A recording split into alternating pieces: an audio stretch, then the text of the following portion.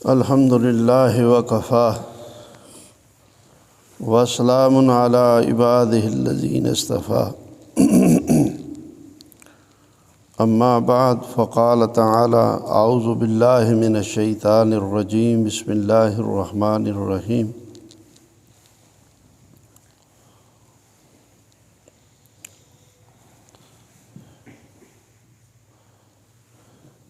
یا ایھا الذین آمنوا اتقوا اللہ ولتنظر نفس ما قدمت لغد واتقوا اللہ ان اللہ خبیر بما تعملون ولا تکونوا کالذین نسوا اللہ فانساہم انفسہم اولئک هم الفاسقون یا ایھا الذین آمنوا اے لوگو جو ایمان لائے ہو، اتقوا اللہ اللہ سے ڈرو، ایمان والو اللہ سے ڈرو، ولتنظر نفس ما قدمت لغد، اور ایک جان کو یہ دیکھنا چاہیے اس نے کل کے دن کے لیے اپنے لیے کیا بھیجا ہے۔ واتقوا اللہ اور اللہ سے ڈرو، ان اللہ خبیر بما تعملون بے شک اللہ تعالیٰ باخبر ہے جو کچھ تم عمل کرتے ہو۔ کل کے دن سے مراد قیامت کا دن ہے۔ اللہ تعالیٰ اہل ایمان کو، ایمان والوں کو خطاب فرما رہے ہیں، اور اللہ تعالیٰ نے اس آیت میں تقوی اور پرہیزگاری کا حکم دیا ہے، اور 2 دفعہ دیا ہے۔ یا ایھا الذین آمنوا اتقوا اللہ، پھر آگے چل کر واتقوا اللہ، 2 دفعہ اللہ تعالیٰ نے فرمایا کہ اللہ سے ڈرو۔ تقوی کا معنی ہے ہر قسم کے گناہوں کو اللہ کے ڈر سے چھوڑ دینا اور ہر قسم کی نیکی کی طرف لپکنا، اپنے اللہ کو خوش کرنے کے لیے اپنے اللہ کی محبت میں ہر قسم کے نیک اعمال کو کثرت سے بجا لانا۔ تو جو کل کے دن کے لیے انسان بھیجتا ہے وہ یہی نیک اعمال ہیں، اور یہ تقوی کی بنیاد پر ہی نیکیاں انسان کر پاتا ہے۔ جس شخص کے دل میں اللہ کا ڈر ہو کہ میں اللہ کے سامنے ایک دن لا محالہ پیش کیا جاؤں گا، وہاں پر مجھ سے باز پرس ہوگی، میں کیا جواب دوں گا، تو اس کل کے دن کے لیے انسان نیکیاں اس دنیا میں جو کہ دار العمل ہے، یہاں 4 دن کا جو انسان کا ٹھہراؤ ہے، یہ نیک اعمال کی غرض سے ہے، یہ نیکیوں کا میدان ہے۔ تو انسان یہاں رہتے ہوئے اپنے کل کے دن کے لیے اس بات پر غور کرے، اس کو دیکھے، وَلْتَنْظُرْ نَفْسٌ مَا قَدَّمَتْ لِغَدٍ، کہ اس نے کل کے دن کے لیے کیا بھیجا ہے، کیا بھیجا ہے اپنی نمازوں سے، کیا بھیجا ہے اپنے صدقات و خیرات سے، کیا بھیجا ہے اپنے ذکر سے، اس نے کیا نیک اعمال کیے ہیں، اللہ کی مخلوق پر رحم دلی کتنی کی ہے، کس کس قسم کی نیکی اس نے کس حد تک کی ہے، اپنے روزے دیکھے، نمازیں دیکھے، صدقات و خیرات دیکھے، صلہ رحمی دیکھے،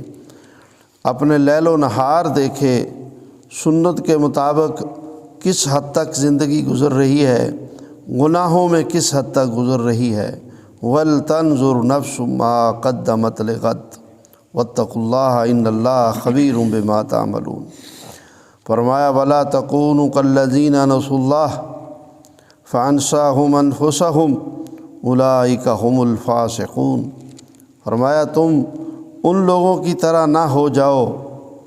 ان لوگوں کی طرح نہ ہو جانا جنہوں نے اپنے اللہ کو بھلا دیا،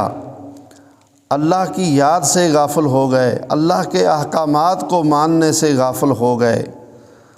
اور اللہ کے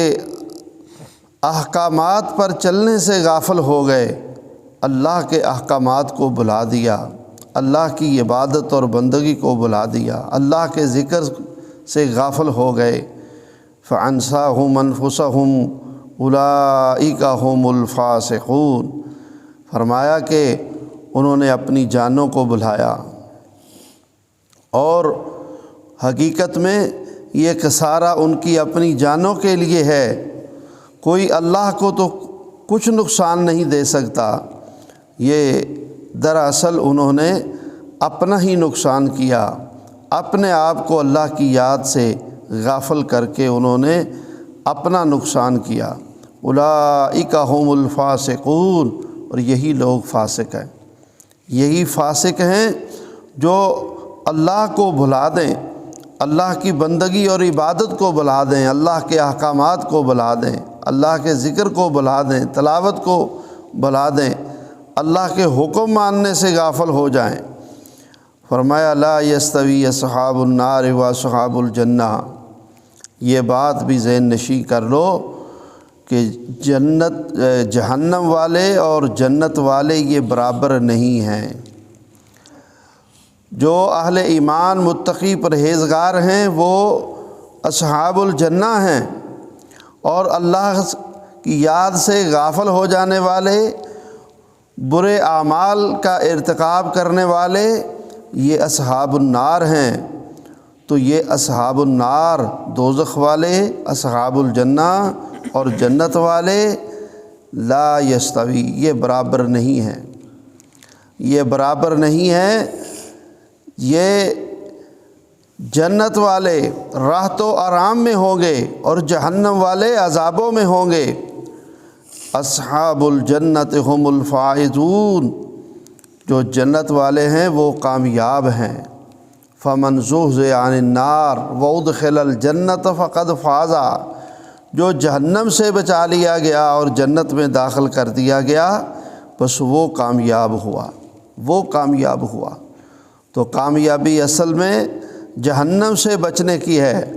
تو ایک انسان کو اپنی زندگی اس اندازے اور اس حساب سے گزارنی چاہیے کہ انسان جہنم سے بچ جائے اور جنت میں چلا جائے۔ ایسے طریقے سے زندگی نہ گزاریں غفلتوں سے بھری ہوئی اور غلطیوں سے بھری ہوئی، گناہوں سے بھری ہوئی، کہ وہی غفلتیں، وہی غلطیاں، وہی خطائیں بالآخر انسان کو جہنم میں لے جائیں۔ فرمایا تمہارے پاس اللہ کی کتاب ہے، اس سے رہنمائی لو، اور یہ اتنی پرتاثیر پرعظمت کتاب ہے۔ لو انزلنا ھذا القرآن علی جبل، اگر ہم اس قرآن کو پہاڑوں پر نازل کر دیتے، لرأیتہ خاشعا متصدعا من خشیۃ اللہ، البتہ تم دیکھتے کہ وہ اللہ سے اتنا ڈرتے کہ اللہ سے ڈر کر یہ پہاڑ ٹوٹ جاتے اور ریزہ ریزہ ہو جاتے۔ متصدعا من خشیۃ اللہ وتلک الامثال نضربها للناس لعلہم یتفکرون، یہ مثالیں ہم لوگوں کے لیے بیان کرتے ہیں تاکہ لوگ اس میں غور و خوض کریں اور اس میں فکر مند ہو جائیں۔ یہ اللہ تعالیٰ کی پرتاثیر کتاب جو انسانوں کے لیے اللہ تعالیٰ نے اتاری ہے، یہ اتنی عظمت والی ہے اور اتنی برکتوں والی ہے اور اتنی طاقت والی کتاب ہے، اور اس کے احکامات اتنے پرتاثیر ہیں کہ اے انسان تو ذرا سوچ، پہاڑوں پر تو اس کا اتنا اثر ہو کہ پہاڑ ٹوٹ کر ریزہ ہو جائیں، اور تو اس قرآن سے کچھ اثر نہیں لیتا، تو پہاڑوں سے بھی سخت بنا پھر رہا ہے، اس کے حلال کو حلال نہیں مانتا اور اس کے حرام کردہ چیزوں کو حرام نہیں مانتا، اور اس کے جائز احکامات کی پیروی نہیں کرتا اور اس کے منع کردہ احکامات سے دور نہیں بھاگتا، اور اس میں جو اللہ تعالیٰ نے خبریں دی ہیں ان پر تو یقین نہیں کرتا، اور اس میں جو ضابطہ دیا ہے اس پر تو چلنا گوارا نہیں کرتا، اور اللہ کے احکامات کو سنتا ہے اور پشے پشت ڈال دیتا ہے، ادھر سے سنتا ہے اور ادھر کو نکال دیتا ہے اور اپنی زندگی ضائع کر رہا ہے۔ قرآن اللہ تعالیٰ کی اتنی عظمت والی اور اتنی شفقت، رحمت، محبت والی کتاب ہے کہ اللہ تعالیٰ نے اپنے بندوں کے لیے اسے برکت بھی بنایا، شفا بھی بنایا، رحمت بھی بنایا، ہدایت بھی بنایا، اور اللہ نے اس میں اتنی طاقت اور اتنی تاثیر رکھی۔ فرمایا اگر کوئی ایسی کلام ہوتی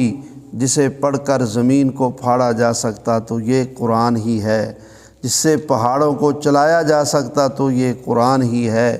جس سے مردوں سے باتیں کی جا سکتی تو یہ قرآن ہی ہے۔ لیکن اللہ تعالیٰ نے یہ کام اپنے قبضہ قدرت میں رکھے ہیں، اور اللہ تعالیٰ نے یعنی اس سے معلوم ہوتا ہے کہ اللہ تعالیٰ نے قرآن کی بہت ساری تاثیر وہ روکی ہے، کھولی نہیں ہے۔ یہ اتنی عظمت والی کتاب ہے، اتنی رحمت والی کتاب ہے، اس لیے قرآن کو پڑھیں بھی، قرآن کو سمجھیں بھی، اور قرآن پہ عمل بھی کریں۔ اللہ تعالی ہم سب کو عمل کی توفیق عطا فرمائے۔ اقول قولی ھذا واستغفر اللہ لی ولکم وآخر دعوانا ان الحمد للہ رب العالمین۔